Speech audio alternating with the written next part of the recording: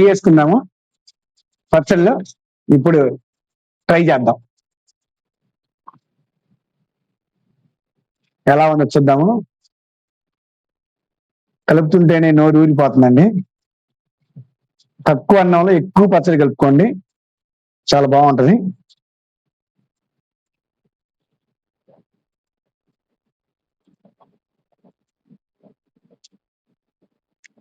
Super కుదిరిందండి.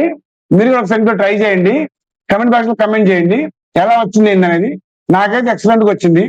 మీకు ఎలా వచ్చిందో ట్రై చేసి కమెంట్ బాక్స్ కమెంట్ చేయండి. ఎలా ఉంది?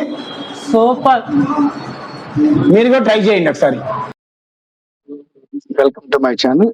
ఈ రోజు మనం చేయబోయేది బీరకాయ పచ్చడి అండి. బీరకాయ పచ్చడి లేత బీరకాయని ఇట్లా చిన్న చిన్న ముక్కలుగా తరుక్కోండి. ఇట్లా ముక్కలుగా తరుక్కొని పెట్టుకోండి. తర్వాత తరిగిన టమాటా ముక్కలు ఈ సైజు లావు తీసుకోండి. అంటే ఒక టమాటాని 8 ముక్కలు వచ్చేటట్టు కట్ చేసుకొని పెట్టుకోండి. తర్వాత దీంట్లో మనం పచ్చిమిర్చి యాడ్ చేద్దాం.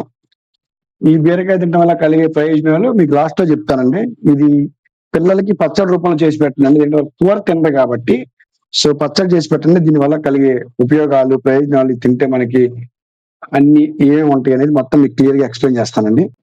ఇప్పుడు ధనియాలు, జీలకర్ర యాడ్ చేసుకున్నాం అండి. చింతపండు యాడ్ చేసుకున్నాము.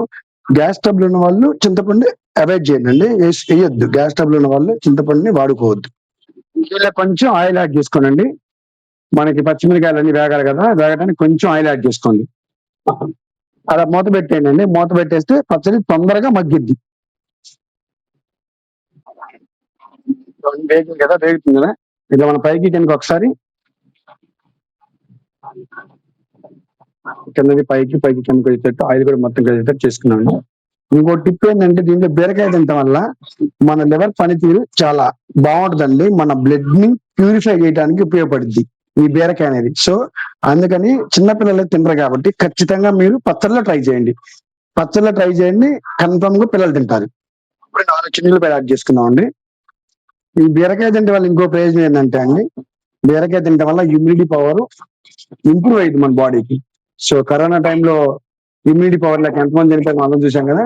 సో ఖచ్చితంగా బీరకాయ అనేది మస్తు ట్రై చేయాల్సిన వంటకం. బీరకాయ అందరికి పెట్టండి. మన ఇంట్లో చిన్నపిల్లలకి, పెద్దవాళ్ళకి, ముసలి వాళ్ళకి ట్రై చేయించండి. బీరకాయ కూరలో తినకపోతే పచ్చళ్ళలో వేయండి, ఇబ్బంది ఏం లేదు. దీంట్లో ఉన్న వాటర్ అంతా డ్రై అవుతుందండి. ఇంకో చిన్న విషయం అండి, నాకు యూట్యూబ్ ఛానల్ కొత్త, కానీ వంటలు మాత్రం కాదు. వంటల్లో నేను చాలా ఎక్స్పర్ట్ అండి. నాకు అన్ని వంటకాలు వచ్చు. సో యూట్యూబ్ ఛానల్ కొత్తగా పెట్టాను కాబట్టి కొన్ని చిన్న మిస్టేక్స్ జరుగుతున్నాయి. సో అవన్నీ నెక్స్ట్ టైం రిపీట్ కాకుండా చూసుకుని ట్రై చేస్తాను. ఇలా పూర్తిగా వాటర్ అంతా డ్రై అవ్వాలండి. ఇంకొక చిన్న విషయం అండి, నేను ఛానల్ స్టార్ట్ చేసి జస్ట్ 10 days అవుతుంది. నాకు షార్ట్స్ లో వచ్చరికి 35K వ్యూస్ ఉన్నాయండి. ఒకసారి మీరు వెళ్ళి మన ఛానల్ ని చూడండి. ఒకసారి వీలైతే సబ్స్క్రైబ్ చేయండి, ఫాలో అవ్వండి మరిన్ని రెసిపీస్ కోసం. మీకు ఏదైనా రెసిపీ కావాలన్నా డెఫినెట్ గా నేను ట్రై చేసి పెడతాను. చికెన్ కానీ, మటన్ కానీ, ప్రాన్స్ కానీ, ఎనీ ఐటమ్, చైనీస్ కానీ, మీకు ఏ ఐటమ్ కావాలన్నా ఆ ఐటమ్ నెక్స్ట్ నాకు కింద కమెంట్ బాక్స్ లో కమెంట్ చేయండి. డెఫినెట్ గా నేను ట్రై చేసి పెడతానండి. ఒకసారి నా పేజ్ ఓపెన్ చేసి చూడండి. జస్ట్ నేను 10 days లో నేను 35K వ్యూస్ ఆన్ చేశాను. సో మీరు కూడా ఒకసారి మన ఛానల్ ని చూస్తారని అనుకుంటున్నాను. అయిపోయిందండి. మొత్తం వాటర్ అంతా ఫుల్ గా డ్రై అయిపోయింది. వాటర్ ఏం లేదు ఇందులో, మొత్తం వాటర్ అంతా డ్రై అయిపోయింది. ఇలా పట్టుకోవాలండి, ఇలా వేగాలి పచ్చడి. సో ఇప్పుడు దీన్ని నెక్స్ట్ ప్రాసెస్ లోకి వెళ్దాం. నేను శనగిత్తనాలు వాడతాను కొంచెం చట్నీలోకి. మీరు కూడా శనగిత్తనాలు వేసుకుంటే లేదంటే అవాయిడ్ చేయండి. నేనైతే ఖచ్చితంగా చట్నీలో శనగిత్తనాలు అయితే వాడతాను. చిన్నులపాయలు 4-5 యాడ్ చేసుకుంటానండి. ఇందాక చట్నీలు వేసానండి, అప్పుడు వేరు ఇప్పుడు వేరు. ఇప్పుడు కూడా వేసుకోవాలి. కల్లుప్పు అండి, చట్నీలోకి కల్లుప్పు ట్రై చేయండి. ఇదంతా ఇలా గ్రైండ్ చేసి పట్టుకోవాలండి. మెత్తగా పౌడరాలు చేసుకోవాలా. చూడండి, ఇలా పౌడరాలు చేసుకోవాలి. ఈ పౌడర్ మొత్తాన్ని దీంట్లో మిక్స్, ఈ పచ్చళ్ళకి వేసేయండి. దీనిలోకి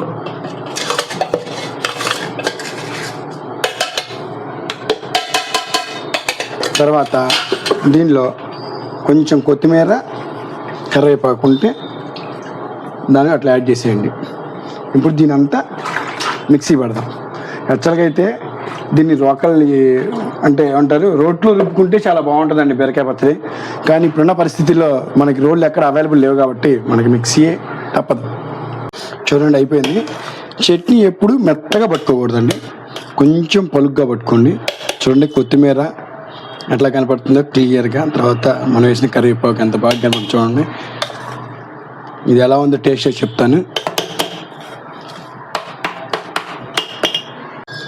వీలైతే మన ఛానల్ని సబ్స్క్రైబ్ చేయండి, ఫాలో అవ్వండి, కమెంట్ చేయండి.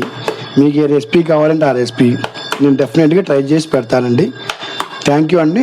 దీన్ని అన్నంలో వేసుకొని చూద్దాం ఎలా ఉంటుందో.